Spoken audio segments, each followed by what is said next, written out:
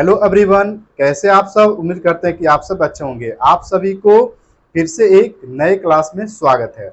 और आज की इस क्लास में हम लोग देखने वाले हैं हिंदी व्याकरण।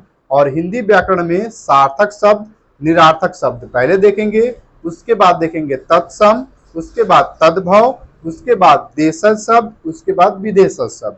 तो आइए बढ़ते हैं और आज की इस क्लास में एक नंबर क्वेश्चन से आगे बढ़ते हैं।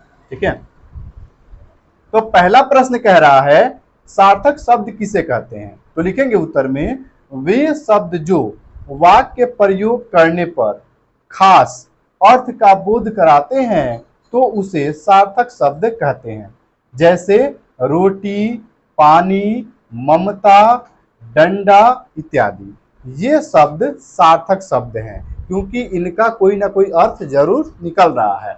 आगे देखिए, सार्थक शब्द कितने प्रकार के होते हैं। तो सार्थक शब्द जो होते हैं वो 8 प्रकार के होते हैं। तो लिखेंगे सार्थक शब्द 8 प्रकार के होते हैं। पहला संज्ञा, दूसरा सर्वनाम, तीसरा विशेषण, चौथा क्रिया, पांचवा क्रिया विशेषण, छठा संबंध बोधक और सातवां समुच्चय बोधक और आठवां विषमयादि बोधक। ठीक है, चलिए अब आगे बढ़ते हैं। अभी जो हम पढ़े हैं ये हमारा सार्थक शब्द था। अब सार्थक शब्द में ही हम लोग संज्ञा, सर्वनाम, विशेषण के बारे में पढ़ेंगे।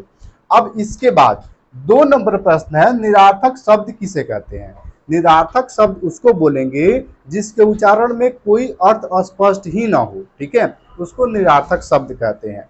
तो देखिए 2 नंबर क्वेश्चन कह रहा है निरार्थक शब्द किसे कहते हैं। तो लिखेंगे उत्तर में, जिन शब्दों का कोई अर्थ नहीं होता है तो उसे निरार्थक शब्द कहते हैं। जैसे रोटी, ओटी। अब ओटी का कोई अर्थ तो निकलेगा ही नहीं, रोटी का तो अर्थ निकल रहा है लेकिन ओटी क्या होता है, रोटी वोटी, तो इससे इसका कोई अर्थ स्पष्ट नहीं हो रहा है, तो यह क्या कहलाएगा, निरार्थक शब्द कहलाएगा। ठीक है, पानी, वाणी। पानी का तो अर्थ निकल रहा है लेकिन वाणी का अर्थ निकल ही नहीं रहा है, तो ऐसे शब्द को हम लोग बोलेंगे निरार्थक शब्द इत्यादि। ठीक है, चलिए अब आगे बढ़ते हैं। 3 नंबर प्रश्न में कह रहा है तत्सम शब्द किसे कहते हैं। तो लिखेंगे उत्तर में, वैसा शब्द जो बिना परिवर्तन के संस्कृत भाषा से लिया गया है और हिंदी भाषा में उपयोग किया जाता है। देखिए यहाँ पे, तो उसे लिख लेंगे यहाँ पे, तो उसे तत्सम शब्द कहते हैं। ये आप लोग यहाँ पे जोड़ लीजिएगा, तत्सम शब्द कहते हैं। जैसे में चंद्र, क्षेत्र, अमूल्य, अंधकार इत्यादि। ये शब्द संस्कृत का शब्द है लेकिन हिंदी में इसका डायरेक्ट बिना चेंज किए यूज किया जाता है, तो इसको क्या बोलेंगे, तो ये हमारा कहलाएगा तत्सम शब्द। क्या कहलाएगा, तत्सम शब्द। चलिए आगे बढ़ते हैं जी। अगला प्रश्न है तद्भव शब्द, यानी कितना नंबर है, 4 नंबर। 4 नंबर प्रश्न है तद्भव शब्द किसे कहते हैं। तो लिखेंगे उत्तर में, वे शब्द जो संस्कृत भाषा से लिया गया हो और कुछ परिवर्तन करने के बाद उसे हिंदी में उपयोग किया जाता है तो उसे तद्भव शब्द कहते हैं। जैसे संस्कृत का शब्द है मुख और इसको हिंदी में चेंज कर दिया गया मुंह। संस्कृत का शब्द है ग्राम और इसको चेंज कर दिया गया हिंदी में गांव। जैसे संस्कृत का शब्द है दुग्ध और हिंदी में चेंज कर दिया गया दूध इत्यादि। ये शब्द तद्भव शब्द कहलाते हैं। अब आते हैं देशज शब्द में। देशज शब्द 5 नंबर क्वेश्चन कह रहा है देशज शब्द किसे कहते हैं। तो लिखेंगे उत्तर में, वैसा शब्द जिसकी उत्पत्ति के मूल्य का पता नहीं हो लेकिन वे प्रचलन में हो तो उसे देशज शब्द कहते हैं। जैसे कटोरा, लोटा, खिचड़ी, जूता, कलाई इत्यादि। ये शब्द जो है ना, कहाँ से उत्पत्ति हुआ है इन लोग का इसके बारे में नहीं पता है लेकिन बोलचाल की भाषा में इनका यूज ज्यादा किया जाता है, तो वैसे शब्द को देशज शब्द कहा जाता है। ठीक है, चलिए आगे बढ़ते हैं। 6 नंबर प्रश्न है विदेशज शब्द किसे कहते हैं।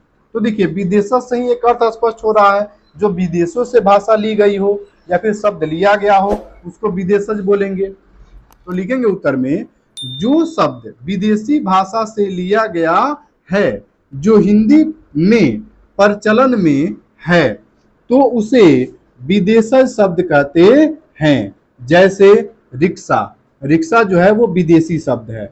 अगला अचार, आम, स्कूटर इत्यादि, ये शब्द जो है वो विदेशज शब्द है। 7 नंबर क्वेश्चन को हम लोग देखेंगे। 7 नंबर में कह रहा है कुछ देश की शब्द जो हिंदी में उपयोग किया जाता है, यानी कि कुछ ऐसे देश हैं जिनकी भाषा से शब्द लिया गया है जो कि हिंदी में उपयोग किया जाता है, उनको भी हम लोग देखेंगे। पहला, अंग्रेजी भाषा से स्कूल, पेन, लाइट, रोड, बस इत्यादि को लिया गया है। अगला, चीनी भाषा से लीची, चाय इत्यादि को लिया गया है। अगला, पुर्तगाली भाषा से जलेबी, अलमीरा, आलू, कमीज इत्यादि को लिया गया है। आगे देखिए 4 नंबर, अरबी भाषा से जिला, शादी, गरीब, औरत इत्यादि को लिया गया है। 5 नंबर, फारसी भाषा से समोसा, दीवार, नमक इत्यादि को लिया गया है। 6 नंबर, रूसी भाषा से लूना, बुजुर्ग इत्यादि को लिया गया है। 7 नंबर, यूनानी भाषा से एटम, टेलीफोन, एकेडमी इत्यादि को लिया गया है। तो आज के क्लास में इतना ही, फिर मिलते हैं अगले क्लास में। तब तक के लिए जय हिंद, वंदे मातरम।